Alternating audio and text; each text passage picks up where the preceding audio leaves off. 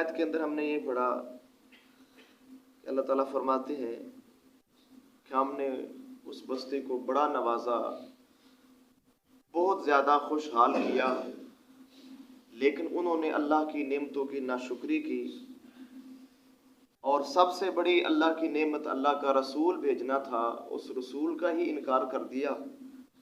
اللہ فرماتے ہیں پھر ہم نے ان کو پکڑ لیا، ان کے اوپر ہمارا عذاب آ گیا کیونکہ وہ ظالم تھے۔ اب اگلی آیت میں اللہ تعالیٰ ہم سے مخاطب ہے کہ ہم اللہ کی بندگی کرنے والے ہیں، اللہ کو ماننے والے ہیں۔ تو اللہ تعالیٰ فرماتے ہیں فَقُلُوا مِمَّا رَزَقَكُمُ اللَّهُ حَلَالًا طَيِّبًا، بس تم کھاؤ اللہ کے رزق میں سے، جو رزق تمہیں اللہ نے دیا ہے اس میں سے کھاؤ، حلالاً طیبا، جو حلال بھی ہو اور پاکیزہ بھی ہو، یعنی حلال بھی کھانا ہے اور پاکیزہ بھی کھانا ہے۔ اور آگے اللہ فرماتے ہیں وَاشْكُرُوا نِعْمَتَ اللَّهِ، اور اللہ کی نعمتوں کا شکر ادا کرو۔ یعنی مشرکین نے اللہ کی نعمتوں کی ناشکری کی، انہوں نے اللہ کے شریک بنا ڈالے۔ رزق دینے والا اللہ تعالیٰ کی ذات ہے، اللہ دے رہا ہے، طرح طرح کا رزق انسان کو دیا جا رہا ہے، اللہ تعالیٰ دے رہے ہیں۔ لیکن مشرکین نے کیا کیا کہ انہوں نے اللہ تعالیٰ کی ناشکری کی اور اللہ کے شریک بنا دیے۔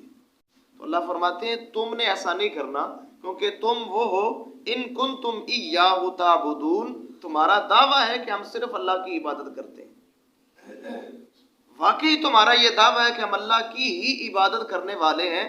تو جب اللہ کی عبادت کرنے والے ہیں تو پھر جو اللہ نے حلال کیا اس کو حلال سمجھو، جو اللہ نے حرام کیا اس کو حرام سمجھو، اور اللہ کی نعمتوں کے اوپر شکر ادا کر۔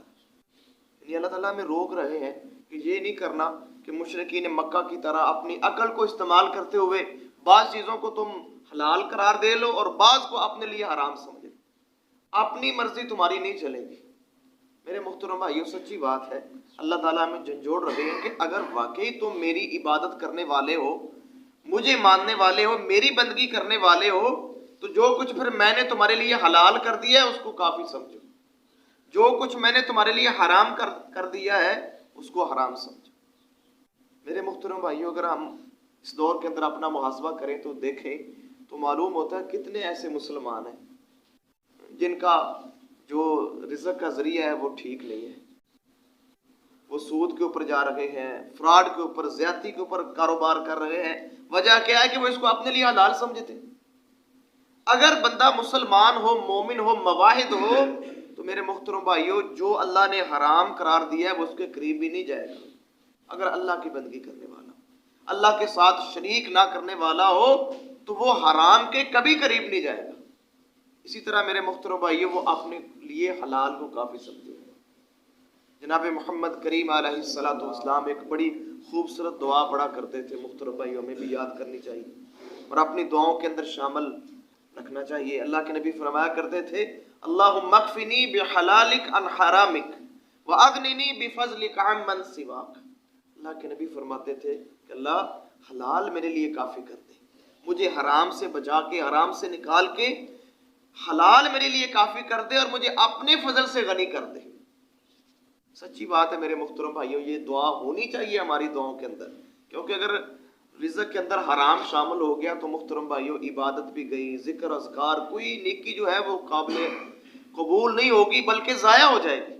اگر حلال کھائیں گے، نیکی تھوڑی بھی ہوگی، انشاءاللہ میرا اللہ اس کے اندر رحمت شامل فرمائے گی، کافی ہو جائے گی۔ اللہ سے دعا ہے اللہ تعالی ہمیں عمل کرنے کی توفیق عطا فرمائے۔